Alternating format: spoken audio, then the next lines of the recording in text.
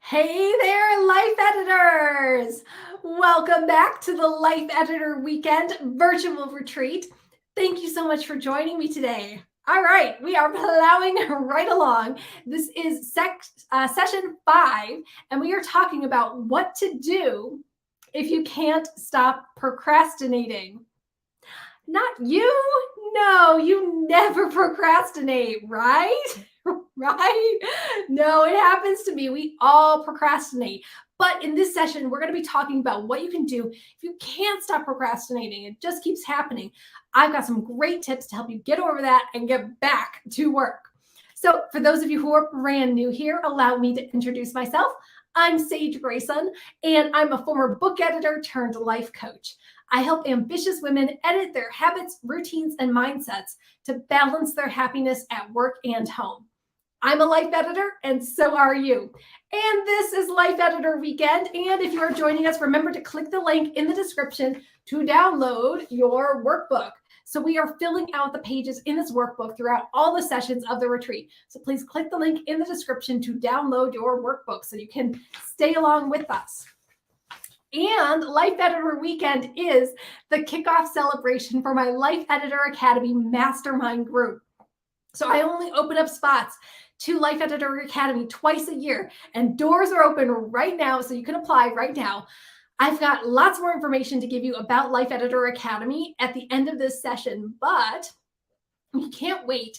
Click the link in the description for all the details about Life Editor Academy, and you can apply today. All right. So for every session of Life Editor Weekend, I am giving away one of my digital programs. And for this session, I am giving away a copy of the Edit My Life Planner. The Edit My Life Planner is a mini course and planner bundle to help you stop procrastinating on your biggest goals and get results fast. So there's a picture of the Edit My Life Planner. If you want to enter the giveaway for this planner, all you have to do is like this video and leave a comment under this video, either on Facebook or YouTube. We are streaming on both platforms. So leave a comment and like, and you will be entered into the giveaway for the Edit My Life Planner. And you've got through Sunday, June 12th, 2022. So even if you're watching the replay, you can still enter for the planner. All right. So as you know, for each session here in Life Editor Weekend, we've been talking about one of the steps of my life editing process. And now we're going backwards a little bit. We talked about number 4. Now we're going to talk about number 3, which is step 3, add good habits and routines. So here's a funny thing. After you delete all of the bad influences in your life, everything that's frustrating you, everything that's holding you back, you clean up the junk, you throw out the stuff you don't need, whatever it is, you clean up all the areas of your life, you're going to realize you have so much more time and space and energy. Like you can just finally breathe again in your life. Now you have proper space to add those good things that are missing. Remember, we talked about how a lot of people for those New Year's resolutions, they jump ahead to the good habits that they want to create. They like start a fitness routine, or they start like a new job or whatever it is. They jump to that new thing without doing the baseline work of building your foundation and deleting those bad influences. But if you've gone through my life editing process properly, now you can actually add those good things in, knowing you have a strong foundation to support you and knowing you already removed those bad habits that would cause you to mess up in the future. So you're like already doing the work to put yourself in the best position for success. So now you have time to do all of the things you always wanted to do, the things that you never made time for before, like have your ideal career or start a relationship or take care of yourself or have fun. So this is like the sweet spot where you're like, finally, I get to do the things that I want to do. So here's the thing. We talked about this, that we add good habits after we delete, because you can't paint on a dirty canvas. If you're an artist and you got a canvas, you got to clean the canvas really well first before you put the paint on it. It's kind of like doing your makeup first. You got to clean your face first, nice and clean, then you put the makeup on. You can't paint on a dirty canvas. So you can't add good habits on top of bad habits and obstacles. You got to clean up those bad influences first. So let's think about Your ideal self. And you might want to journal a little bit. You can pause this video if you're watching the replay and come back and start journaling and brainstorming about your ideal self. And I've got a few questions that you should answer for yourself. So, what are you doing if you were your ideal self? What would you be doing as your ideal self? Like, what time of day would you wake up? What would you be wearing if you were your ideal self? What would you be eating? What type of job would you have? How would you be interacting with people? Where would you live? All of those good things. So, what would you be doing as your ideal self? Who is with you as your ideal self? You might realize that if you were living your best edited life, if you were your ideal self right now, you might not be interacting with certain people who are in your life right now. So, who is with you if you were actually being the best version of you? How do you feel every day? Maybe you feel light and full of energy rather than groggy and sleepy and lazy or depressed. And what do you have in your ideal life that is currently missing? So maybe you have a certain job, or maybe you have certain routines, like an exercise routine or a meal prep routine, or maybe you're doing certain hobbies, or maybe you have a certain type of mindset. So think about those things that you would be doing as your ideal self. So if you need to pause the video and do some journaling about what would your ideal self be doing. Maybe even go through an entire day, start to finish, like from waking up in the morning to going to sleep at night. What would you be doing as your ideal self? Okay. Then in your workbook, I've got a space for you. Here it is, where it says the add good habits edits. I want you to write down any of those good habits that you would add in for yourself. And as you are coming up with your 12-week plan, these might be some of the things, some of the goals or projects that you end up working on. So I've got a few ideas for you if you're thinking about, well, what good habits could I add? So first is to choose a word of the year. And this is really popular with my clients. Raise your hand, leave a comment if you do a word of the year. Or it could also be a word of the month or a word of whatever project it is you're working on. Basically, you choose a word or short phrase that encompasses how you want to feel during that period. So you might choose a word for your entire work year, like yes, or calm, or focus, or whatever it might be. Choose a word that gives you the energy to do what you want to do. So if your word is like, I don't know, better, which was my word for last year, it was better. I would think, okay, if I'm working on this project, how can I do it just a little bit better than I did before? Or if I'm working on my health, what can I do that's a little bit better than I did last time? I had one year, my phrase was fresh and fun. So I said, everything that I'm doing this year is going to be fresh and fun. So leave a comment and let me know, do you have a word of the year? And how does that help you stick to the good habits and make decisions for yourself? Next is to use the habit loop. So if you're trying to add a good habit, but it's not sticking, you might want to try the habit loop, which comes from the book, The Power of Habit by Charles Duhigg. And basically a habit is made of a cue, a routine, and a reward. So the cue is whatever triggers you to be like, oh, time to do that habit. The routine is the habit itself, whatever you do. And the reward is those good feelings or whatever tells your brain that, hey, we should do that again next time.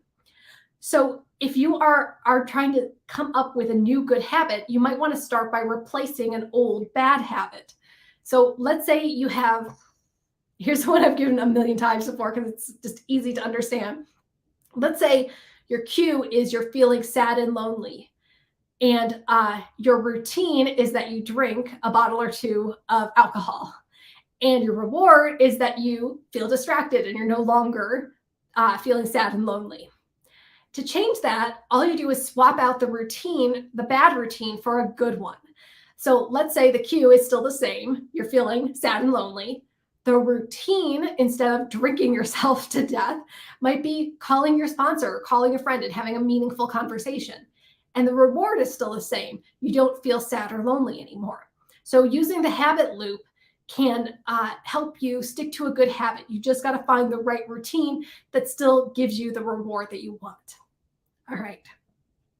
Next, try mini habits Atomic Habits or Tiny Edits.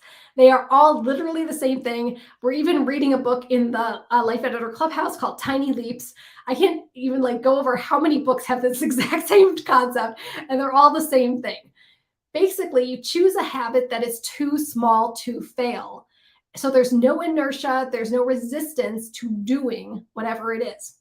So the example from the book Tiny Habits it's from the book Mini Habits, sorry, is that the author wanted to exercise but couldn't drag himself to the gym every day for an hour. So instead, he decided to do one single push-up every day. And he did that for hundreds of days and got great results doing just one single push-up per day. So think about that for you. If you're trying to do marketing for your business, instead of having to block out weeks and weeks and doing a huge marketing campaign or spending thousands of dollars on ads, could you leave one helpful comment per day, either on a blog post or a video or something, to get people to come back to your website? One comment per day. So try those mini habits, atomic habits, tiny edits. They're all the same thing, baby steps. Make a habit that is too small to fail, and your results will build and compound over time. Another example of a good habit to add is to get dressed every day. Get dressed every day, people. I know that we've gone through a pandemic, and a lot of us are wearing comfy casual clothes all the time, or wearing your lounge clothes all the time. But you will feel better about yourself and be more motivated to work on your goals if you get dressed every day. And some people say get dressed all the way down to your shoes. I don't wear shoes in the house because I don't like tracking mud and dirt, whatever, from outside all over my house. But I don't work in pajamas. And one of my most popular blog posts is about why I don't work in pajamas. Because if you stay in your pajamas or your lounge clothes all day, you're just kind of being a bum and you're not going to be motivated to do your work. A lot of people, when they come to me and they're just not motivated, it's not a motivation problem, it's a pajama problem. They're not getting dressed and acting like a decent human being every day. And no wonder they don't have the energy to do their work, whatever their work is. So get dressed every day. And then finally, last example is to act like your alter ego or have a persona that you act as if.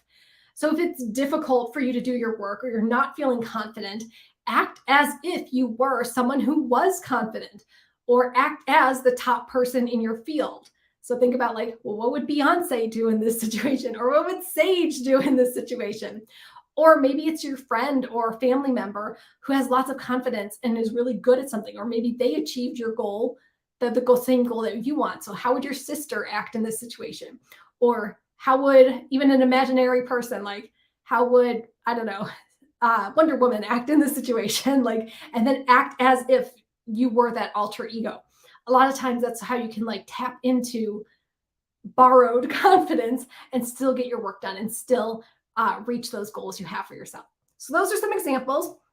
Again, write the things that you want to try to add good habits into your workbook, and leave a comment and let me know if you have any other examples of good habits that you want to add.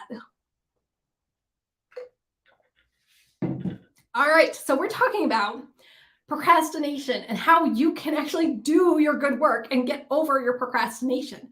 So here's what you're going to do if you can't procrastinate. And there is a spot in your workbook that says what to do if you can't stop procrastinating. We're going to go over some procrastination triggers. So these are 7 attributes or 7 triggers that make us procrastinate. And these come directly from the book, The Productivity Project by Chris Bailey, which is one of my favorite books, and I refer to it all the time. All right, so let me know if any of these triggers sound familiar to you. So number 1 is you're procrastinating because it's boring. It's boring and you don't want to do that thing because it's so boring. So this could be like doing your taxes. Oh, it's boring. I don't want to do it. So you procrastinate on doing that. Number 2, it's frustrating. So this could be learning a challenging new skill. If it's frustrating and you're just hitting a wall every time you're trying to do it, of course you're not going to want to do it and you'll procrastinate. So think about setting up Facebook ads or doing something that has lots of steps and it's really confusing. It might be getting your website live. For a lot of my clients, they have multiple programs that they're using for their business. They might have a website here and a payment processor here and a shop here and like a blog here and an email service here and all these different bits and bops making up their business. And all of these different plugins and different programs don't always like talk nicely with each other. They don't always work well together. So for some of my clients, if it makes sense for them, I try to bring them into a CRM, which is a customer relationship management program. And I use Kajabi. I love Kajabi. And whenever one of my clients uses my link and signs up for Kajabi, I give them a free 3-hour training session just on Kajabi because I want them to really like use it and get everything that they need out of it. But with the CRM, whether it's Kajabi or another one, all of your programs are in one spot. You use one thing to do everything. So Kajabi for me is my email program. It hosts my membership site. It hosts all my digital products. I have website pages in there. It has my freebie and all of my opt-in forms. It has my coaching packages and signups in there. Everything is in one spot rather than having multiple programs. So if something is like frustrating for you, like you're struggling with all sorts of different things, that could make you procrastinate. Like, I'm not going to get my business live because all of these programs don't work together. Number 3, another procrastination trigger is the thing is difficult. So maybe you can do it, but it is difficult and it takes a lot of your concentration and energy. So the example is solving a math problem. It's difficult, you could do it, but you're procrastinating because you know it's going to take a lot of mental focus. Here's another one with my clients. Many of my clients are writers and they procrastinate on writing their books because it's difficult, because they have thousands and thousands of words to write, because they have to figure out the character development, because they have to have the rising and falling action, because they have to make it compelling, all of this stuff. So if something is difficult, even if you want to do it, you might procrastinate. All right. The 4th procrastination trigger is the thing is ambiguous. So this could be like training for a marathon. There are many ways to train for a marathon. You can hire a trainer. You can find a training package online. You could just go outside your house and start running. You could research all the different shoes you should wear. You could sign up for all sorts of different marathons. Like, are you running on a track or are you running outside? It's ambiguous. If there's many ways to do it, you might procrastinate because how do you know what the right way to do it is? It's the same for like losing weight or starting a business. There are many, many, many ways to do it. So you might procrastinate if it's ambiguous and you're not sure, well, which way should I? Let me know if that's happened to you, if you've ever procrastinated on a goal because it was too ambiguous. The 5th procrastination trigger is it's unstructured, kind of related to that. But their example is like undertaking a home renovation project. And that's where your budget can balloon. There's that like project creep. There's no end in sight. So rather than it just being ambiguous, it's like it's never ending. It just keeps going and going and going. So you might procrastinate if it's unstructured like that. Like, well, when do I know that I've won? When do I know that I've achieved this? It just keeps going and going and going. So I might as well not start at all. All right. And the 6th procrastination trigger is it's lacking intrinsic rewards. We talked about this before, that if you don't have an inner drive or an inner motivating factor that makes you want to do something, you're not going to want to do it. If society or the world or your partner or your kids are telling you to do it, you're not going to be as motivated as if you wanted to do it yourself. That's what intrinsic motivation is. So if it doesn't matter to you or doesn't make you better in some way, it's just doing it because somebody told you to do it, you're not going to want to do it and you'll procrastinate. And the 7th final trigger for procrastinating is the project is not meaningful. And this could be related to like cleaning your house. Like, why should I clean the house or clean the bathroom or clean the kitchen? It's just going to get messy again. Why bother? Like, who really cares? It's not meaningful. So if it doesn't have any meaning to it, or you think, well, there's no point in doing this, you're not going to do it. You're going to procrastinate. So in your workbook, I want you to write down these procrastination triggers, and then we're going to talk about in a minute how you can fix those triggers. But I want to make sure you have them down. Let me recap them for you real quick. Okay. The 7 attributes that make us procrastinate. Again, this is from the Productivity Project book by Chris Bailey, which is a fabulous book you should definitely check out. So the task might be boring, frustrating, difficult, ambiguous, unstructured, lacking intrinsic rewards, or not meaningful. Yes. So those are the most common procrastination triggers.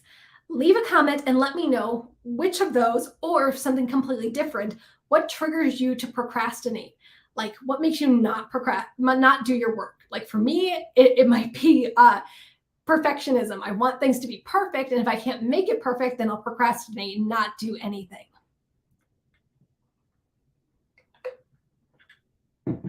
For many of my clients, it's the frustrating part. They get frustrated with technology. They get frustrated with like marketing or whatever it is, and that makes them not do their work. Okay, let's fix it. This is what you really, really want. Yes, we're human. We procrastinate. We know we are doing this.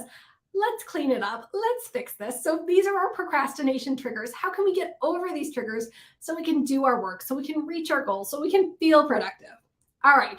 So number one, if it's boring, the solution is to make it fun. Do whatever you can to make the activity fun. So let's say you're making a project plan, which we did in session 1, and it's boring to you. Like, project planning, breaking down all my tasks, it's boring. Well, what can you do to make it more fun? Can you turn on some fun music?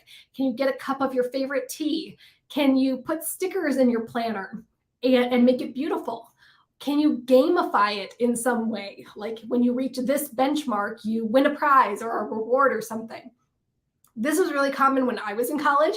I don't know if it's the same now, but like if you had a textbook and you had to read whatever, 3 chapters a night or something, you would put little pieces of candy, like either at the bottom of the page or every like 2 paragraphs. And then you would read. And then once you got to the end of that paragraph, you get to eat a piece of candy. And then you would read some more, and then you would get to eat the next piece of candy, and on and on and on to get you to do your work. So make it fun in some way if it's boring to you. All right, second fix is if it is frustrating, find ways to make the task easier. So get the tools that you need. Take breaks when you're getting tired. So maybe you do need like a new tool or some kind of software to make things easier. If you're tracking calories, maybe you need an app, a calorie tracking app. I use MyFitnessPal to make it easier for you, so you're not trying to do calculations in your head or write it all down in a notebook. Or maybe you need to get a book or a teaching program or something to help make this frustrating task easier for you. All right. Number 3, if it's difficult, hire a mentor or a coach. I cannot stress this enough that my business didn't take off until I hired my own coach. So let's say you have a goal that you want to achieve, but you're not making progress, you're spinning your wheels, you're feeling frustrated. Like, you do not need to try to reach all of your goals all on your own. I definitely recommend hiring a coach or joining a group. Like I said, doors are now open for Life Editor Academy. You can click the link in the description to apply now for Life Editor Academy, to have a whole supportive group, have all of these women in your corner cheering you on as you're doing whatever it is that you're doing. We have accountability partners that we change every single month. So everyone in the group gets to know everyone else and gets to understand their goals personally. We have 3-hour virtual retreats every month. We have 90-minute group calls every month. Plus you get one-on-one calls with me too. So you have so much support that if something is not working for you and it's difficult, you're going to have all of these people helping you, giving you advice. And I would say probably the most supportive thing about having a coach or being part of a mastermind group is just the accountability. You know, someone is going to ask you next week, did you do that thing you said you were going to do? So you're more likely to do it knowing that someone is checking up on you. So if something's difficult, hire a coach or join Life Editor Academy. All right.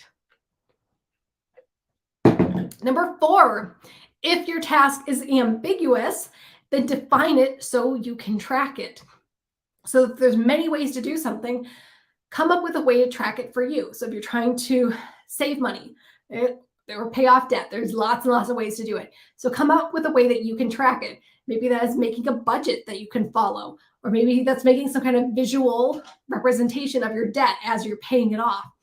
Or maybe it's defining, I'm going to save $50 every single week and writing that every Friday in your planner. Do something so you can define it and you can track it. Don't let it stay ambiguous. All right, number 5, if it's unstructured, then create benchmarks and checkpoints. These boundaries will prevent creep. So it just goes on and on and on and on forever. So if you're trying to lose weight, make those checkpoints every 5 pounds, every 10 pounds. You're going to like check in with yourself and you're going to mark that in your planner. Or let's say every 2 clients you get, you're going to mark that down as progress for your business. Or every 100 email subscribers you get, you're going to do some kind of celebration for that. So create ways to prevent that creep so you understand what are the benchmarks, what are the checkpoints. This is also good if you're not putting your work out there. You might want to say like, okay, I'm going to write a blog post and it's going to be 500 words. And when it's 500 words, I'm going to publish it because it's good enough. Rather than writing on and on and on and on and getting 100 pictures and whatever, create some kind of boundary, some kind of checkpoint. So once it reaches this, it's done. Don't let it creep and get too unstructured. Okay. Number 6, if it's lacking intrinsic rewards, then of course, give yourself a reward. So if you want to do something, like give yourself a reason to do it. Like, why are you losing weight? Why are you starting a business? Why are you paying off debt? And then give yourself a reward as you start making progress on your goal. So if you get your website live, maybe you will, I don't know, buy a business book for yourself. Or maybe if you write your first blog post, then you will join a mastermind group or hire a coach or whatever it is. Or maybe if you go to the gym 3 times this week, then you'll buy yourself new sneakers. Give yourself a reward. Give yourself some kind of reason why you're doing it. Don't just do it because society tells you to or somebody else does. What is your inner drive? And the 7th and final fix is that if the task is not meaningful, and that's why you're procrastinating, then define the meaning behind the work. Again, what is your why? So if you are trying to pay off debt, why? It's so you can have a good credit score, so you can buy a house, so you can pay for your kids' college. Like there needs to be a deeper meaning behind why you're doing something. Why are you starting business? Is it because you want to lift women up? Is it because you want to have something of your own rather than working for someone else? So really define your why. All right. Open your workbook and make sure you write down the 7 procrastination triggers and then the 7 fixes for those procrastination triggers, and then your next action steps to stop procrastinating. So what can you do this week? What action steps can you do this week to fix yourself from procrastinating? Or going into your 12-week plan, what are your next biggest goals and how can you stay the course when things get hard, when you feel like procrastinating and giving up? How can you stick with it? All right. Remember, we have a giveaway for every single session in the Life Editor Weekend Virtual Retreat. And this session, I'm giving away a copy of the Edit My Life Planner, which is a digital program. It's got 2 printable planners, a daily and a weekly one, plus a 5-day mini course to walk you through creating your own 12-week plan. So all you have to do to enter the giveaway is like this video and leave a comment either on Facebook or YouTube, and you'll be entered in for the giveaway for this session. And like I said before, this is the kickoff celebration for the Life Editor Academy Mastermind Group. And you can click the link below and apply right now. This is a 5-month mastermind group for ambitious women who are ready to finally reach their big goals. Whatever they are, from health to home, family to finances, we tackle it all and we do it together. So if you're looking for more support, please join us in Life Editor Academy. And I've got a video here from one of the graduates of Life Editor Academy.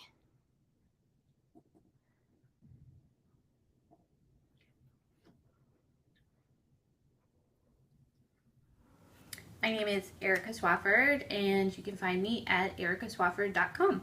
Well, I joined Life Editor Academy because I was looking for support for building my business and finding some like-minded women who are also into possibly growing their businesses, or at least wanting to grow themselves in their lives, because all of that's intertwined together. So I really really just wanted the support, and I also like the idea of retreats.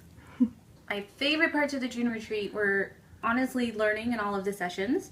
They're all really helpful, and they really help you figure out things that either you've been trying to figure out or that you didn't know you needed to figure out. And you have the support of all the ladies in the room all together. So it's not just Sage, but it's also all the other ladies, and they're pitching in and they're helping out. So I'd have to say that's my favorite part. I've learned a lot so far. I've learned how to change my perspective a little bit on what I'm doing. I've learned about how to handle fear and self-doubt, and honestly to reframe my goals so that they make more sense and they have deadlines or target dates, and they have more clarity, which is one of the things I desperately need, clarity.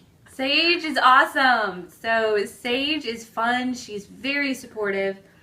If you're looking for someone who just has that, very supportive and will take any ideas that you have and just run with them and help you come up with ideas and just be a soundboard, she's perfect for that.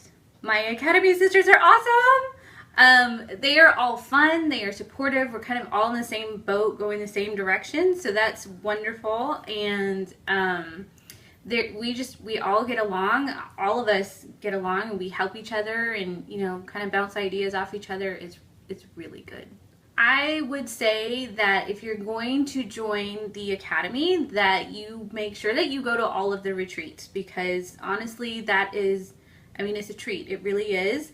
And you get to be in person with all the people that you've been talking to online for months on end, and it's just a really good place to get that one-on-one time with each other and spend lots of time just really taking care of yourself and getting recharged. All right, Erica, thank you so much for that testimonial. All right, so like we said, doors are now open for Life Editor Academy, and you can apply right now. The link is in the description for this video, and I just popped up the link on the screen. So you've got until June 24th to apply for Life Editor Academy, and I would love to see you in our mastermind group. So if you've got great big goals, if you did your 12-week plan and you are ready to have more support in your life, come and join us in the Academy. All right, Life Editors, we got 2 more sessions coming up for Life Editor Weekend Virtual Retreat. Next one is strictly business focused. So I will see you real soon. Thanks.